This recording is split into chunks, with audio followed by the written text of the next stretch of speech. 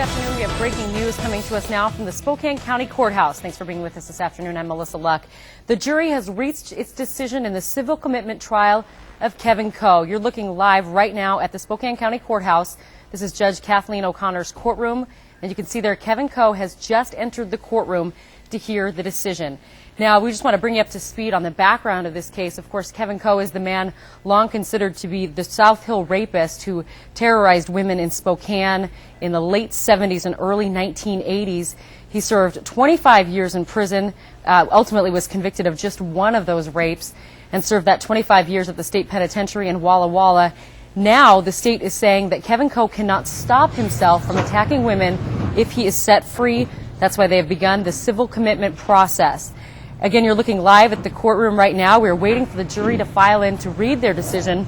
This has been a very quick deliberation for a very complicated case. The jurors got the case at about 2:30 yesterday afternoon, deliberated for a couple of hours, then went home, started again this morning at 9 o'clock, and by 1 o'clock we had heard that they had the decision. Now, why is that so amazing that it's that quick? Well, they're not deciding guilt or innocence here. They have to decide two things unanimously: that Kevin Coe suffers from a mental abnormality or a personality disorder, and that disorder causes him serious difficulty controlling his sexually dangerous behavior and makes him more likely than not to engage in predatory acts of sexual violence. Of course, this is file video from Kevin Coe's original trial here in Spokane. An extremely complicated case back then, one that gripped this community. Kevin Coe was accused at one point of up to 33 attacks on women. He was originally convicted of 4 of those charges.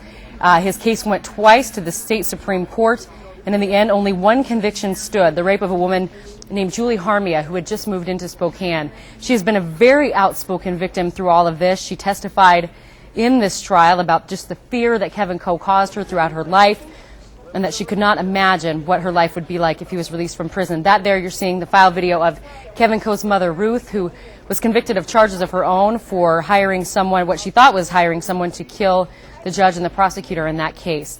If Kevin Coe is found to be a sexually violent predator today, this is where he will go. This is the Special Commitment Center at McNeil Island in Western Washington.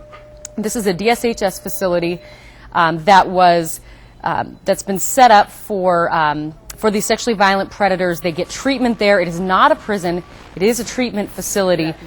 We visited back 2 years ago and saw that this is much more like a dorm type of atmosphere for these offenders rather than an actual jail. 279 offenders are there. And here now is Judge Kathleen O'Connor. Let's listen in. Thank you very much. And you may be seated. Thank you.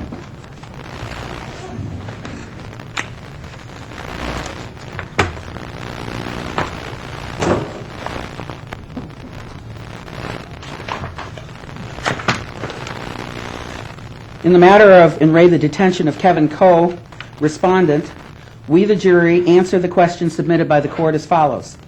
Has the state proved beyond a reasonable doubt that Kevin Coe is a sexually violent predator? Answer, yes. Signed, Mr. Herzog, presiding juror. Counsel, do you wish to have the jury polled? You may be seated. Juror number 1, is that the verdict of the jury? Is that your verdict? Juror number 2, is that the verdict of the jury? Is that your verdict?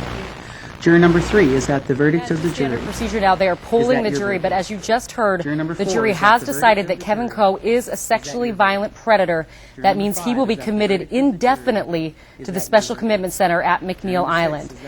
These offenders are there without a determined sentence. They are analyzed every year or so to see if their condition has improved. But Kevin Coe has said he does not want to seek treatment because he does not believe he is a risk. Let's listen in again. Number 9, is that the verdict of the jury?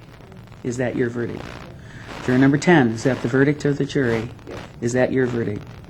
Juror number 11, is that the verdict of the jury? Is that your verdict? And juror number 12, is that the verdict of the jury? Is that your verdict? All right, ladies and gentlemen, I will note that the jury has been polled. And I will accept your verdict and file it for record. You are now released from your instructions. You're free to talk about the case with whomever you please. I want to thank you personally for your diligence and your work on this case. And again, you can see some technical problems there, but you've got the gist of what we wanted to bring you this afternoon. The Kevin Coe civil commitment case, the jury has reached its unanimous decision in just a few short hours. They have decided that the man long considered to be the South Hill rapist, Kevin Coe, should be committed indefinitely to the Special Commitment Center at McNeil Island. This will end a long chapter for a lot of people in this community. This is a case that had been maybe put out of mind for several decades from people as Kevin Coe was serving his 25 years in prison. Again, a lot of memories brought up over the last 3 or 4 weeks or so as all of the details of this case have come public again. But you could see there no reaction from Kevin Coe as this decision was read today. You had to expect that the defense maybe expected this as the jury deliberated for such a short time and decided so quickly. Looking back live now at Kevin Coe, no expression on his face there. He has never taken responsibility for any of the attacks for which he's accused.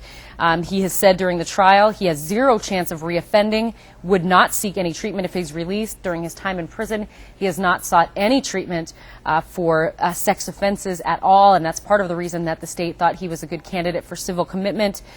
The crux of this case was just deciding not that he was guilty or innocent, though, but that he had a mental disorder that he could not stop himself from attacking women if he was released. His defense attorneys contended that his actions were criminal, but that he wasn't crazy, and that he chose to rape and did not rape because of any sort of compulsion. We will continue to gather reaction on this story. We know this is something that a lot of people have been interested in this community, and we will bring you all of the information about what each side had to say about this. We'll bring you any comments from Kevin Coe if he has them today, and reaction from any of his victims that we can find as well. But once again, Kevin Coe will be going away, sent to the Special Commitment Center at McNeil Island for an indefinite term. We will bring you much more tonight on KXLY4 HD News at 5 and 6, and throughout the day on KXLY.com.